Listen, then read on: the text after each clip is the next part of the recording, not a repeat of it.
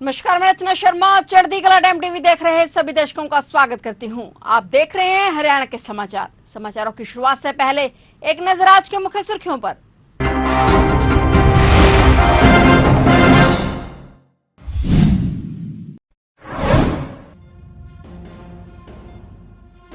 हरियाणा सरकार को हाईकोर्ट के बाद सुप्रीम कोर्ट से बड़ा झटका। नौकरियों में 5 नंबर का आरक्षण असंवैधानिक करार, सुप्रीम कोर्ट ने लगाई रोक।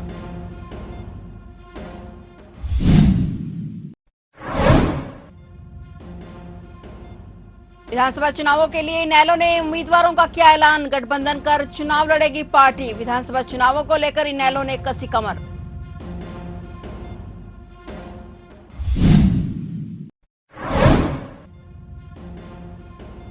दुष्यंत चौटाला बोले, जेजेपी का बीजेपी में नहीं होगा विलय। कहा, गैर जिम्मेदाराना तरीके से फैलाए झूठ से गुस्से में हूं। पार्टी के विलय की खबरों पर पूर्व डिप्टी सीएम ने जताया कड़ा एतराज।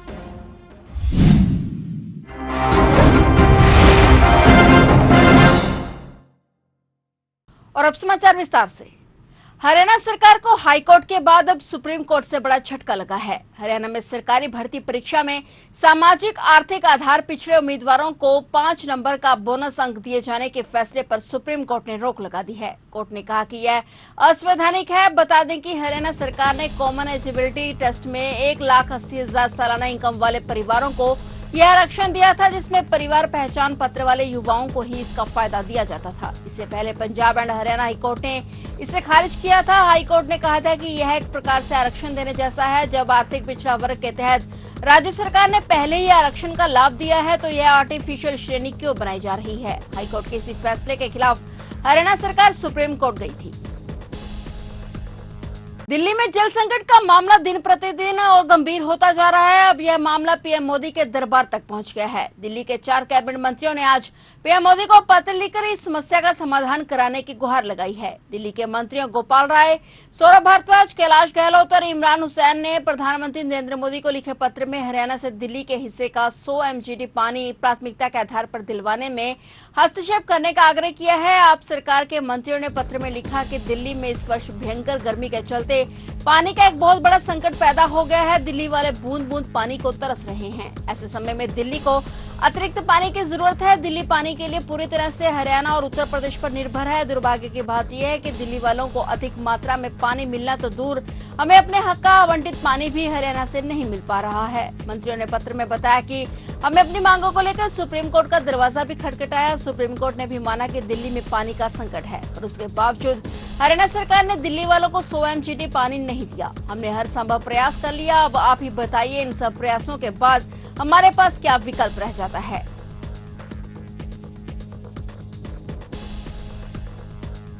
हरियाणा में लोकसभा चुनाव में 5 सीटें हारने के बाद भाजपा के केंद्रीय नेतृत्व का रुख सख्त हो गया है। विधानसभा चुनाव के लिए बनाए गए प्रभारी और केंद्रीय मंत्री धर्मेंद्र प्रधान ने पहली बैठक में ही सीएम सहित मंत्री, विधायकों और पार्टी नेतृत्व के मंसूबों को साफ कर दिया। उन्होंने संकेत दिए हैं कि विधानसभा चुनाव पार्टी के लिए बेहद महत्वपूर्ण है। लोकसभा चुनाव में जो गलतियां हुई हैं उन्हें विधानसभा में दूर कर लिया जाए और जिन विधानसभाओं में पार्टी को हार का सामना करना पड़ा है वहां बड़े बदलाव किए जाएंगे। बताया जा रहा है कि सबसे चिंताजनक बात यह है कि प्रदेश के कुछ शहरी क्षेत्र ऐसे भी रहे जहां पार्टी को हार का सामना करना पड़ा। इनमें अंबाला सिटी, जगाधरी, रोहतक, आदमपुर, सिरसा शहर जैसी सीटें शामिल हैं। बोल रहे कि हरियाणा दौरे के दौरान केंद्रीय मंत्री धर्मेंद्र प्रधान ने संकेत दिए हैं कि नेता में जो भी कमी हो वह कमी कार्यकर्ता बताएंगे। कार्यकर्ता के कहने पर फीडबैक लेने के बाद उस कमी को ठीक किया जाएगा और जरूरत पड़ने पर बड़ा बदलाव करने के से भी पीछे भाजपा नहीं हटेगी। वहीं उन्होंने कहा कि पार्टी के हर नाराज नेता को मनाया जाएगा।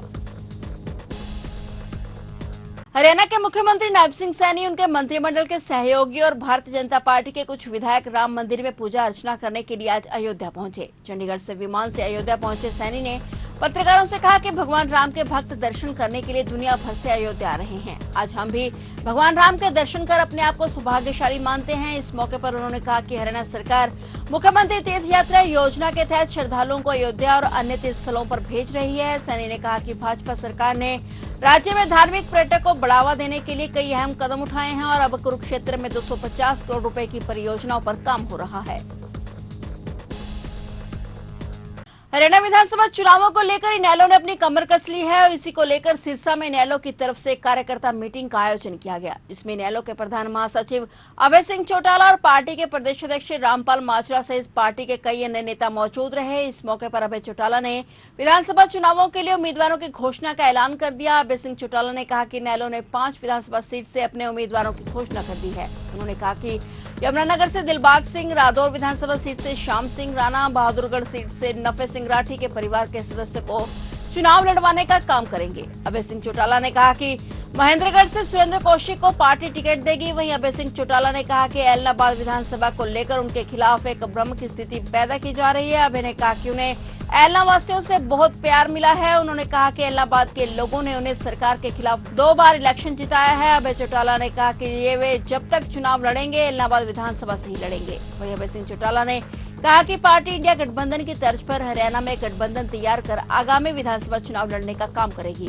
अभय चौटाला ने कहा कि इन सभी पार्टियों में यानी CPI, CPM, NCP, Shiv Sena, Samajwadi Party और राष्ट्रीय जनता दल के सहयोग से एक संघर्ष कमेटी बनाकर विधानसभा चुनाव लड़ेंगे और कांग्रेस और भाजपा को इस प्रदेश से दूर करने का काम करेंगे। बहुत बड़ा बदलाव चाहते हैं और लोगों ने हमें इस चुनाव में बहुत खुल करके ये कहा भी कि हमारा मन है कि आपको वोट दें, लेकिन विधानसभा के चुनाव में आप जिसको भी उम्मीदवार बना करके भेजोगे हम तन मन धन से उसकी मदद करेंगे। अब हमें इंडिया गठबंधन को वोट देने दो ताकि हम भाजपा को देश से सत्ता से पार कर सकें। कांग्रेस के लोगों ने अंदर से तो उनको सारी जानकारी है, क्योंकि वो भी बहुत पुराने राजनीतिक लोग हैं। उनको इस बात का पूरा एहसास है कि विधानसभा में तुम्हारी दाल नहीं गलेगी। गठबंधन की शुरुआत हमने करी थी। हम हरियाणा में इंडिया का गठबंधन फिर बना देंगे। हम उनसे बात करेंगे, उनको सबको अपने साथ जोड़ेंगे और भाजपा और कांग्रेस को दूर करने के लिए उन सबसे सहयोग लेंगे और उनको राजनीतिक पहचान देंगे सबको। पहले हम स्टेट के लेवल पे सब साथियों से बातचीत करेंगे और फिर स्टेट के बाद नेशनल के स्तर पे भी जरूरत पड़ी तो मैं और माजरा साहब सभी हम सब नेताओं के पास जाएंगे। मेरी सबके साथ अच्छे संबंध है। हमने अनेकों बार उनको निमंत्रण दिया, जब जब बुलाया वो आए। उन्होंने हरियाणा की जनता को संबोधित किया। आगे भी मुझे पूरा भरोसा है कि वो हमारे साथ मिलेंगे और हम बहुत बड़ी एक ऐसी संघर्ष समिति बना करके लड़ाई लड़ेंगे कि 3 महीने में तहलका मचेगा।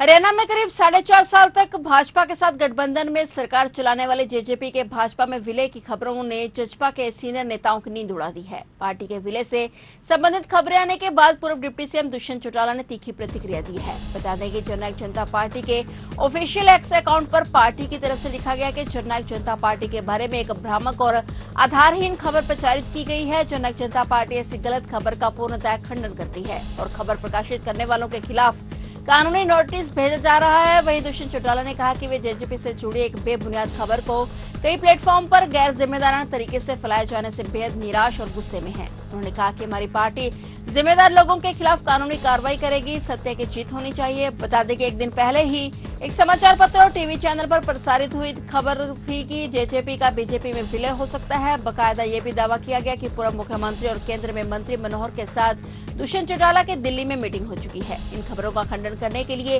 खुद दुष्यंत चौटाला को सोशल मीडिया पर पोस्ट करनी पड़ी। साथ ही पार्टी में इस तरह की खबरें चलाने वालों के खिलाफ कानूनी कार्रवाई की बात की जा रही है।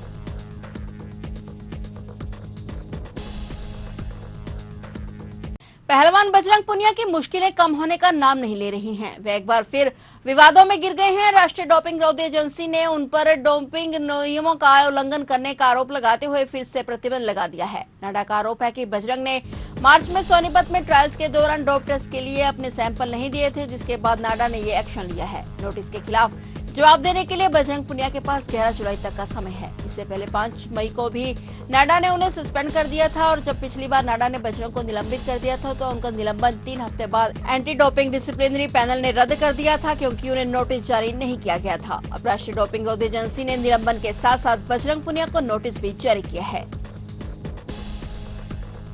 हरियाणा के हांसी से बड़ी खबर सामने आई है। यहाँ एक प्रेमी जोड़े की गोली मारकर हत्या कर दी गई है। दोनों के शव पार्क में पड़े मिले, जिसके बाद पुलिस की टीम मौके पर पहुंची। बताया जा रहा है कि प्रेमी जोड़ा हांसी के लाला हुकुमचंद जैन पार्क में बैठा हुआ था, तब बाइक सवार 2 लोगों ने गोलियां बरसाई। बाइक सवार बदमाश आए और 7 राउंड फायरिंग दोनों पर कर गए। लड़का हिसार जिले के गांव बडाला का रहने वाला तेजवीर और लड़की की पहचान हांसी के गांव सुल्तानपुर निवासी मीना के रूप में हुई है। दोनों ने 2 महीने पहले ही शादी की थी। तेजवीर नोएडा की कंपनी में नौकरी करता था। घटना को अंजाम देने के बाद युवक बाइक से ही फरार हो गए। आसपास के लोगों ने पुलिस को इस हत्याकांड की जानकारी दी। पुलिस दोनों बदमाशों का पीछा कर रही है और वहीं पार्क में घूमने आए लोगों में वारदात के बाद दहशत का माहौल है।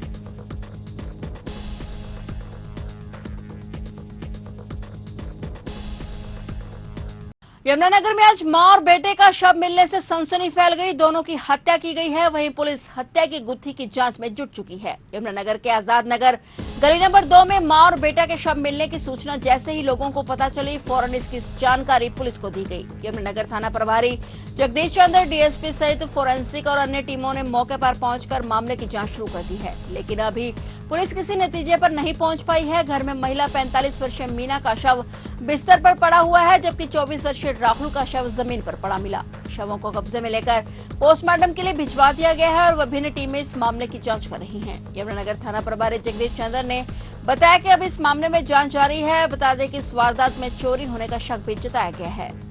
तो मामला बताया गया था, 2 डेड बॉडीज पड़ी हैं। प्राइमा फेसी देखने में ये हत्या यानी कि मर्डर यहाँ पे प्रतीत हो रहा है। देखिए, यहाँ पर जो मृतक है वह राहुल नाम का लड़का है और उसकी जो मदर है मीना। तो ये जो मदर और माँ बेटे हैं, इन दोनों की यहाँ पे मर्डर हुआ है और अभी जहाँ तक करने की बात है उसमें अभी इन्वेस्टिगेशन कंटिन्यूड है, परंतु जो हमारी कंप्लेनेंट है उसकी भी जो है भूमिका वो अभी संदेहजनक प्रतीत हो रही है। बाकी पुलिस यहाँ पर, और जो दूसरी चीज़ यहाँ पर जो चोरी की यहाँ पे बात कही गई थी वह भी बात संदेहजनक यहाँ पर लग रही है।